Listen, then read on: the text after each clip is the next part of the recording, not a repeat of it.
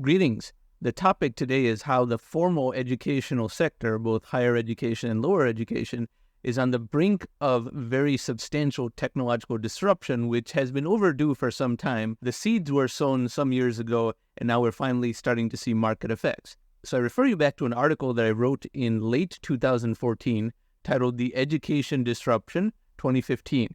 And if you look at the date that this article was written, July 23rd, 2014, the article was predicting that 2015 was the turning point. That does not imply that we would see major market disruptions as far back as 2015, but explain why 2015 was, in fact, when the point of no return had manifested, because the seeds were sown for a technological disruption of this extremely low-tech sector known as education. If you read the article and scroll down, you can see charts for the student loan crisis, and now see here a more updated student loan chart going further than the one that's in the article, showing a straight line increase. Now, this would be better if it were indexed towards the size of the economy, but nonetheless, you know that the size of the economy didn't rise 5x from 2003 to 2017, and this line has not moderated in the least. So the student loan crisis starts to come up politically quite a bit because educational institutions have preyed on gullible students and their parents to whom they have marketed the essentiality of a college degree,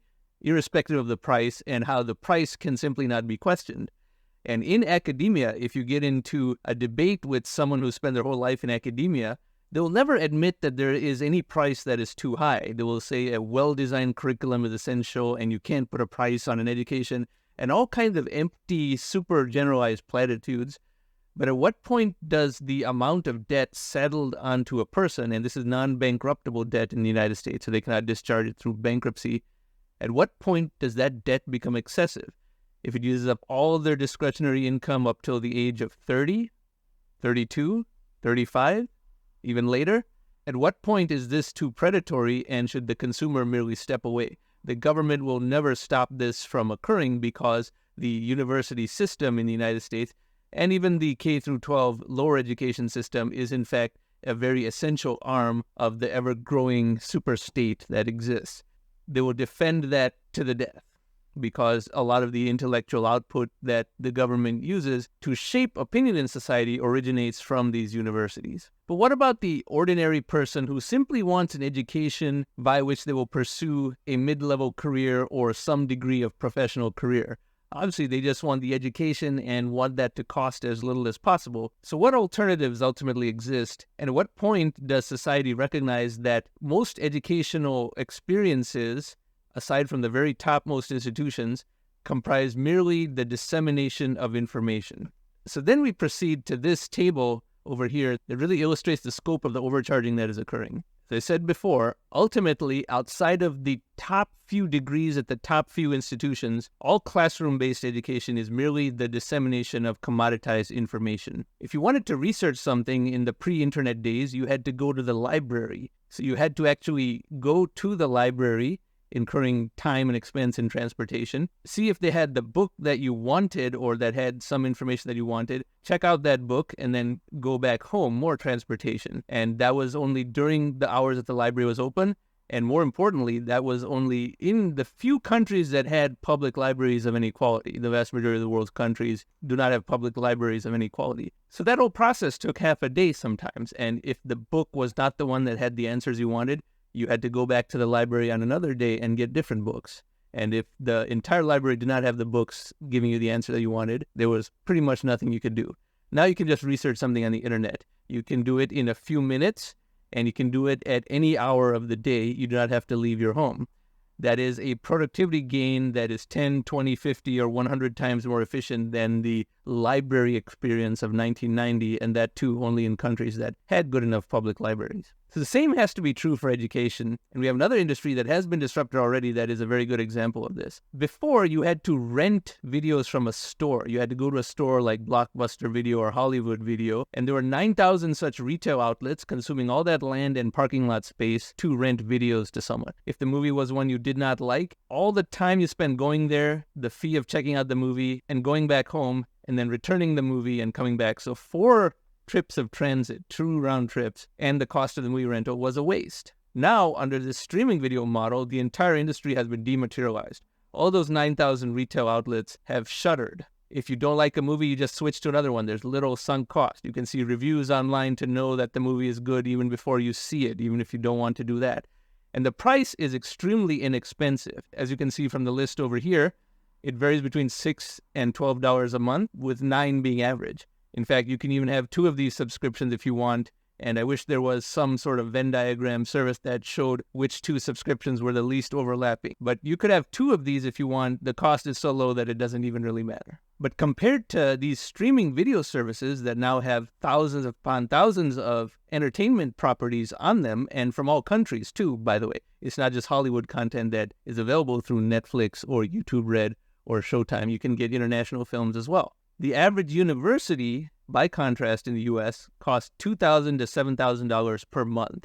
Remember, the annual tuition fee that you see published is not for 12 months. It is for 8 months. Harvard University runs for 8 months of the year, not 12 months of the year. That is the fee. You can take summer classes, but that actually costs more. That is outside of the published $52,000 a year tuition fee for the normal academic year. So the average U.S. university is $2,000 to $7,000 a month, as opposed to Netflix, Hulu, YouTube Red, etc., that are about $9 a month. This table illustrates the totality and the imminence of this disruption.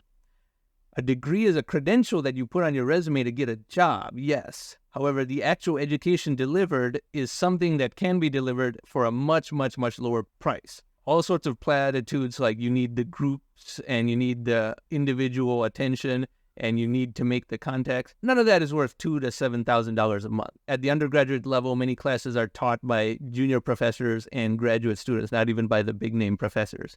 The contacts that you make, yes, that has some value, but it's not like you won't make contacts in your other life outside. This whole premise of making contacts in college assumes that you are locked in solitary confinement if you don't go to college. You're not meeting any other people in your normal life if you do not go to college. And the cost is just astonishing. It has outstripped salaries by a huge margin. As recently as the 1980s, it was possible for many students to pay their way through college just by doing some menial job in the library or at a local restaurant and so forth. And now that it's completely out of the question. It uses up their wages for the next several years after graduation. They go to graduate school and incur more debt, then their net worth doesn't become positive until well into their 30s. Maybe even later. This is extreme and the disruption is imminent. And the paradigm shift that also occurs is the elimination of the scarcity mentality. The notion that you have to already be an excellent person who applies to a university and then experiences the privilege of paying to be educated. We are accustomed to that because it's been that way for a very long time. But that is absurd. Society prospers when more people get educated. By creating exclusivity and an artificial scarcity model, you create less education in society and therefore less economic growth across society. Under a streaming model similar to these video streaming services, anyone could access any subject at any time. You don't have to be a certain age. You could start later in life. You could learn about a variety of subjects that make you a more holistically educated person rather than the degree requirements of a university where they tack on a lot of fluff just so the university can charge the student more. All these pernicious activities and perverse incentives get swept aside. And this is not to say that all university degrees will go away. The top tier will remain relatively unscathed because at that level it's less about education and more about status and prestige. And frankly, half of it is for the parents more so than the student. They like to say that their son is going to Harvard or their daughter is going to Princeton or their other daughter is in year 6 of some super impractical major at some big name university. So the consumer good aspect will still exist. But in terms of basic education, someone wants to be just an engineer and get a mid-level engineering job, nothing too fancy or glamorous, or top tier where they're doing research at MIT, there's no reason that should cost $2,000 to $7,000 a month, and the products to adapt around this are already emerging. This disruption exhibits all the characteristics of other disruptions I've described on this channel, including the disruption of oil prices in OPEC by United States hydraulic fracturing, as I described in this tile over here, or the disruption of taxi medallions via Uber, as I describe in this tile up here. When anything is getting more and more expensive, even as the quality of the product being delivered is constant or even declining, there is a huge amount of disruptive pressure being exerted by the technomic medium of the world, the atom, to enable alternatives that are much, much cheaper and higher quality. If that can happen to OPEC, and that can happen to taxi medallions, and that can even happen to the concept of commuting to work versus having meetings over Zoom, then that can happen to education as well. And again, I urge you not to think in binary terms. It's not that there'll be no disruption or there is total disruption. Too many people are simple-minded and they think in binary terms. Think in terms of 50% of the higher education sector being swept aside, 70%, 80%. It'll never be 100%, nor should it. But 50% is huge, and that could happen in a relatively short time because the higher education sector of the world is about to reach its emperor has no clothes moment. And consider the secondary effects of this disruption, all that land, all those associated expenses of the university experience, all the international implications. If classes from a top-tier professor are online through an online streaming service such as Netflix or Hulu, then students in countries that could never have gone to that university, no matter how smart they were, have access to this information. So how is a Tier 3 lecturer at a Tier 3 university going to compete with that? They should not be able to. Technology enables economies of scale, and dematerialization is the precursor to disruption.